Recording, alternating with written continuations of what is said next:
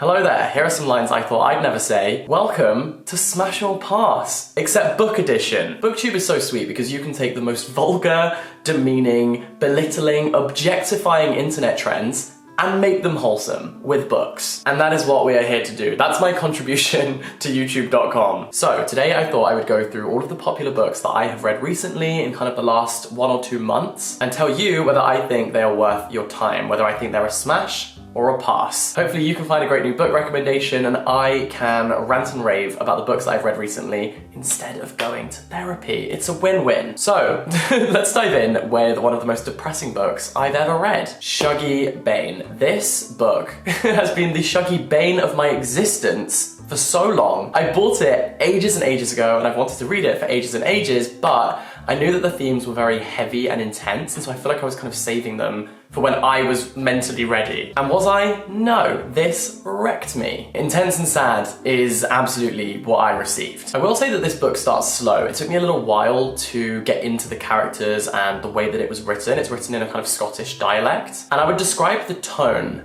as gritty. Like, it's very raw and honest and brutal. We basically follow this family, and although the book is titled Shaggy Bane, who is the youngest child, this book is really about his mother, Agnes. Agnes increasingly turns to alcohol as a solution to her problems, but then of course it begins to be the root of the problems which she's trying to solve, so then it spirals. And her addiction almost becomes a character in this novel in its own right. Like, there is a specific way that it shrouds her and creeps up on her and haunts her. And it ends up being this incredibly tragic and moving story about loving someone who is just trapped by their own thoughts and by an addiction that they try to control but can't. It's a book that will simultaneously make you lose faith in humanity and then restore it again. But like over and over again, we meet the absolute worst of people in this book, but also there is so much hope sprinkled within these pages, even in the bleakest of times. So yeah, Shaggy Bane hit hard and I loved it.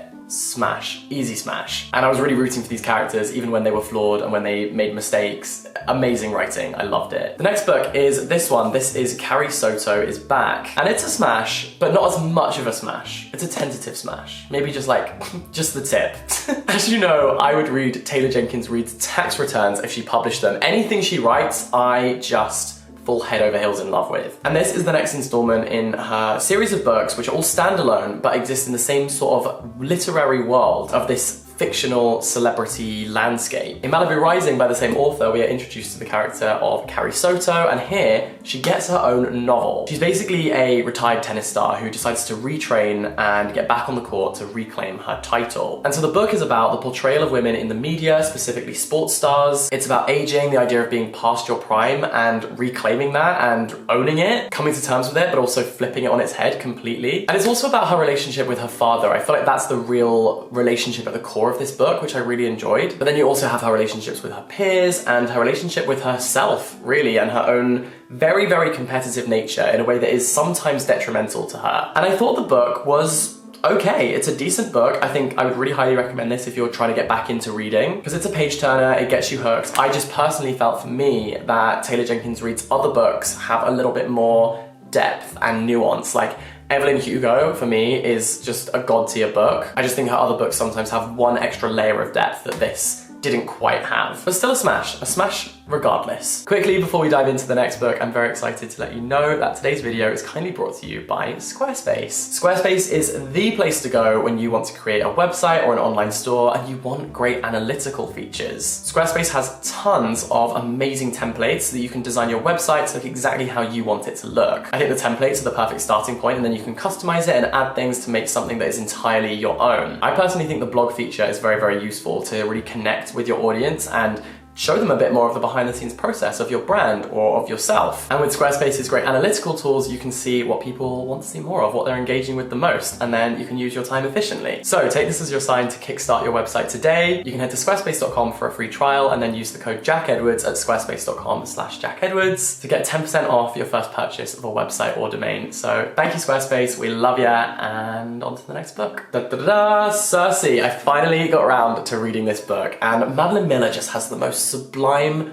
writing style. I want to blend up this gorgeous writing into like a smoothie and then just bathe in it. Truly, there's something so elevated about the way that she writes. I guess because she's writing from a mythological lens and the landscape is these beautiful Greek islands, but it just feels like there's a layer of liquid gold coating everything that she writes down. You may recognize Madeline Miller from Song of Achilles, which is one of my favorite books. I didn't love this one as much, but I still thought it was awesome and so gorgeously written. And I've been saving this for a time where I knew I would enjoy it, like a fine wine, you know? I think you kind of collect all your bottles and then you bring them out and uncork them when you think you're ready to really appreciate them, and that's when I read this book. This is a story about the eponymous character Cersei, who is a goddess who is exiled to this remote island where soldiers occasionally come and moor, and then she kills them and she turns them into pigs. You may recognize her from her previous hits, such as Homer's Odyssey, which is then rewritten here by Madeline Miller from Cersei's perspective. I think that's really fun. I love mythological retellings. I did feel like here, maybe the plot got a little repetitive just because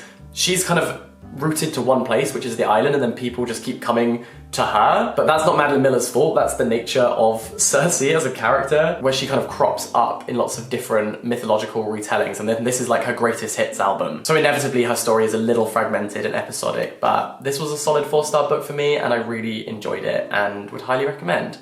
Smash. On the other hand, we have Glory. This is a book that made my blood boil. It was shortlisted for the Booker Prize this year. It didn't win, thank God. You know when you almost need validation? Like, I read this book and was like, why do I hate this so much? And then every other video that I've seen from anyone talking about this year's Booker shortlist has been like, this was horrible to read. So that was very validating. I appreciated that because I thought I was going insane. Glory is basically an attempt on an Animal Farm satire, but based in Zimbabwe. Although it doesn't say it's set in Zimbabwe, it's very obvious that it's set in Zimbabwe, but it gives it like a fictional name. And so all the characters are written as animals. However, unlike how in Animal Farm it works, in this book it doesn't. It feels like the characters were all written as human beings, and then right at the very end she was like, wait, what if I made these animals? And she shouldn't have. She literally shouldn't have. It didn't make any sense. It was so unnecessary. It made the book even more confusing. Also, these anthropomorphic animals exist in the same time frame and world as Princess Diana and Martin Luther King, who communicate with them, but are not themselves animals. Like, it was so strange. They used Twitter, I don't know, it was all very bizarre, and for me it took me out of the story, it took me out of the narrative, and that is definitely not what it was supposed to do. It felt tacked on and gimmicky, but then so did most of the things in this book. Like, repetition, ironically, is used so repetitively that it completely loses all meaning. For instance, here's a page that just has the word take over and over and over again. And you know what, it's pretty accurate, because all this book did for me was take. Took from my time, took from my wallet, took from my patience, and I'm tired. I'm so tired of this. I hated this book. Huge pass. There are moments of greatness, but you have to work so hard to get to them that it's just not worth reading. The only glory I got from this book was when I finished it and realized it was over. Huge pass. However, the next book is one I'm quite conflicted about. This is Someone Who Will Love You in All Your Damaged Glory. Did I buy this for the title? Guilty. Yes, I did. And the book actually starts off so strong. There's this story about this crazy wedding that opens the book, and it's so good. And that's easily the best story. And then from there, it kind of goes downhill a little bit to just lots of average short stories. I do think maybe that's the issue when books are supposed to be funny, because if the sense of humor doesn't match with yours, then it does just fall completely flat. And then the whole comedy of the book is just sort of underwhelming, I guess, and that's kind of how I felt here. This is written by the same author who wrote BoJack Horseman, if any of you are interested in that. I do think this would be a great Christmas gift if one of your friends or family members loves BoJack Horseman. For me, and I mean this in the nicest way possible, the humor in this book felt very American, which is just different sometimes from British humour, which I always find myself gravitating more towards. And this works flipped around too. Like, I recently moved to America and I was sitting on the train behind this group of women. They were on their way home from a wedding, and they were talking, well, kind of bitching about their friend's new boyfriend. And they were like, you know, he just had that British sense of humour, which isn't funny, it's just mean. And I was like, Kind of true. Kind of true though. Kind of a read. Maybe she has a point there.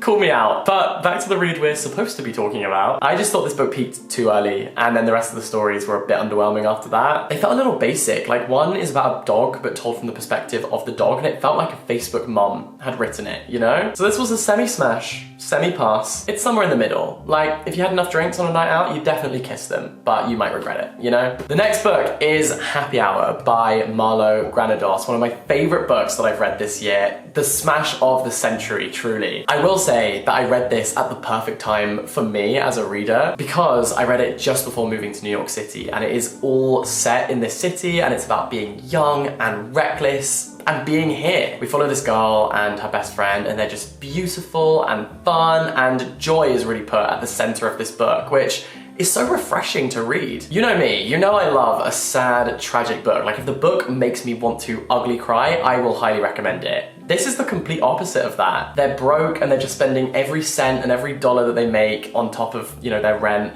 on having the best time possible. And at the same time as them being very frivolous, they're also very textured and complex characters. And this book just has so many brilliant one-liners. I don't think I've ever underlined so many things in one book before. There's one line that I remember very specifically, which was about how conversations in New York are just two people waiting for their turn to talk about themselves.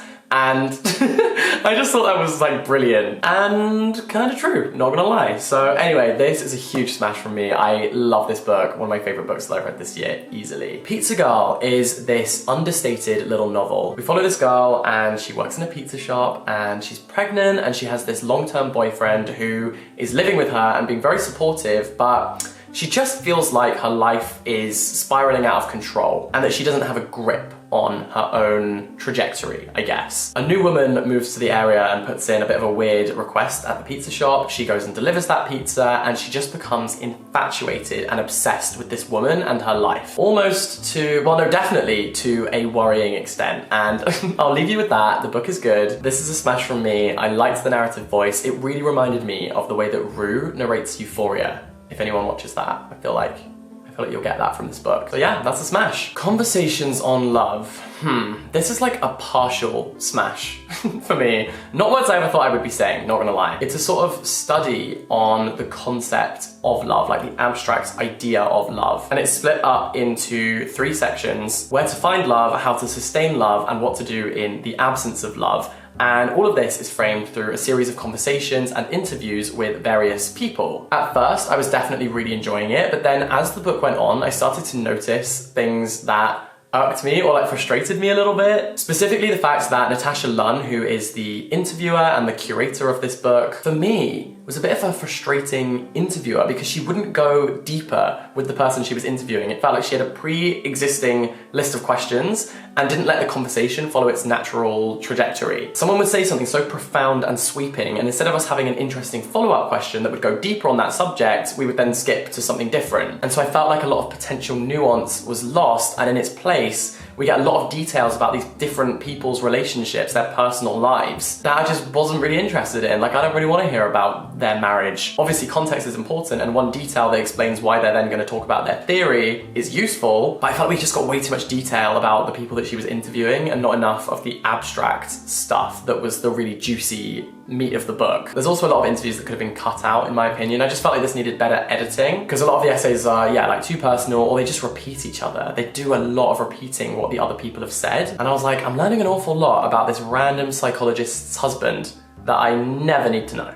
So yeah, this was like a partial smash. Tokyo Ueno Station is the classic example of loved the idea, hated the execution. This book is kind of narrated by a dead man who is haunting a park just outside Tokyo Ueno Station. There's also a little bit of ambiguity about whether he's also kind of a homeless person at one point, because the way that people just pass him by and don't even really see him is the same way he's treated when he is a literal ghost. And that's quite an interesting and powerful statement. Either way, in both circumstances, he exists as an observer. And we hear all about his life, which has a lot of coincidental links to the imperial family in Japan. There is a section about the death of his son, which is devastating and really heartbreaking and Very well done, I think, that section. But I felt like this book documented so many tragedies and so much pain without us ever really warming to any of the characters. It was missing a little bit of that development for me, and so this book and the writing style felt very uneven. And the themes were interesting, but the way they were written wasn't. So, do you see what I mean? This is a pass for me, personally. Another book that I'm giving a hard pass to is this one. This is The Disaster Tourist. And this is about a woman who works for a company called Jungle, who basically organize tourist trips to disaster zones that have been hit by either natural disasters or by climate change. And one of these excursions is about to be closed down. And so she is sent on a kind of secret shopper holiday to decide whether or not it should be continued. And so the first part of this book is very mundane, and then the second part gets wild because she gets stranded on this island that she's gone to visit and realizes that because tourism is down, some of the local people are planning on orchestrating a man-made catastrophe that is meant to look like a natural disaster, which will wipe out a lot of people in the name of bringing more tourists to the area. So very interesting idea, but again, liked the concept, hated the delivery. The writing style was so dull. I have more tension with my kitchen cupboards, you know? And again, I was hardly rooting for the character. We have this main person we follow throughout the whole book, and yet I feel like I barely got to know her at all. I just needed a little bit more to root for her. This book feels like it starts a conversation but needs to go deeper and further, especially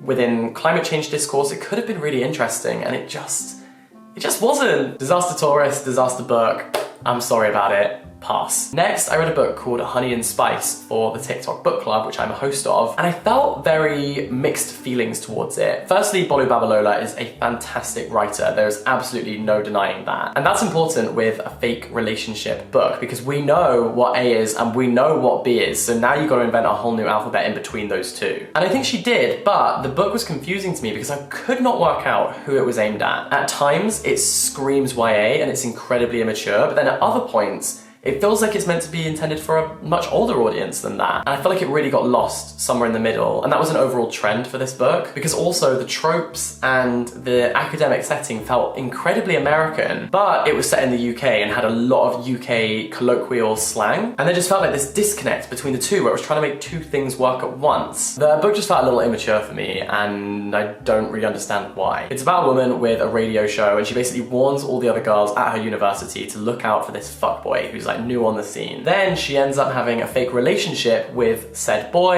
and of course, we all know where a fake relationship book ends up. Let's just say that the pretty privilege in this book is so real, right? Because this man turns up at Comic-Con dressed as her favorite character. And listen, there's nuance to this because if he was a 5 out of 10, that would be such an ick. That would make him a 2. But the fact that he's already like a 10 out of 10 means that when he does this, it's so cute and sweet and considerate and thoughtful. And now he's like a 12 out of 10. The pretty privilege is real. Because not everyone could get away with doing that. Not a lot of people could get away with doing what either of these two characters do in this book, but because they're pretty and beautiful, they get a pass. And pass really is the word here, because this book just missed the mark a little bit for me. So I am actually gonna give this one a tentative pass. Sorry about it. Breasts and Eggs is a book that I just finished. If you watch my channel a lot, and my second channel specifically, you'll know that I've been meaning to get around to this for ages. And I liked it, but I thought it was way too long. Like, so much longer than it needed to be. The first part of this book is all about breast enhancement surgery, and interestingly, it was originally a short story, and I think that's actually very obvious. When I found that information out, so much more made sense because it feels really disjointed from the rest of the book. And then the second part of the book is about female pregnancy, hence breasts and then eggs. However, the second part is just so repetitive and it features a lot of different conversations that this woman has with various people in her life, but they just go on and on and on. And then on and on and on a bit more. It just drags on. It really, really drags. There is more drag here than in an episode of RuPaul. Overall, the book is a fascinating study on female bodily autonomy, specifically in Japan, but I think it's sort of universal, the themes. And it raises a lot of interesting questions. However, I felt like it was sort of running around in circles by the end, and I was ready for it to be over. So this is another sort of tentative pass. I can't quite give this a smash, I think. One book I have no doubt about is this one. This is Nightcrawling. This is a hard smash. I loved this book. I devoured it. I thought it was absolutely exquisite. And this is the perfect example of when a poet writes a novel and just blesses the universe. It was stunning because it really is like reading poetry, but also it's heartbreaking and really, really sad. I genuinely think this might be the most sad thing that I've read since A Little Life. And that's a big statement, but I think it's true. It's about this young girl who's just trying to look after her family when no one else can. And it's so difficult because she gets herself into these horrible, awful situations, but her heart is so pure. I fell in love with this character. So beautifully crafted, but I'm gonna speak about this more in my upcoming vlog, which you'll see. That's gonna be my next video. So, smash. And then finally, we have Acts of Desperation. I love the title of this book because the novel really is separated into two acts. Firstly, we have a character who is obsessed and infatuated with this guy that she's dating in a way that sort of becomes a little bit worrying. And then in the second half of the book, she kind of falls out of love with him and becomes very destructive and is acting out to try and get him to notice her and essentially dump her. She's sort of trying to shake him off. And yeah, this book is great. There are some brilliant lines, so quotable, but also at the same time, there are points where it's slow and difficult, but I do love a flawed main character. If you need a strong plot in a book to enjoy it, don't get this book. There is no plot here. Just vibes, only vibes, and a lot of sex. All the fun stuff. So this is a smash. And trust me, she does smash. She smashes a lot of people. So those are my reviews of some books that I've read over the past kind of 2 months. I hope that you found a recommendation that sounds kind of up your street. Thanks for watching. Thanks for joining me here. Thank you for subscribing. If you haven't subscribed yet, you can. And of course you can give this video a like if you liked it, if you like. So thank you so much to Squarespace for sponsoring this video. Thank you to you for watching. All the best, stay in touch, have a wonderful day, and I'll catch you very, very soon. Bye-bye.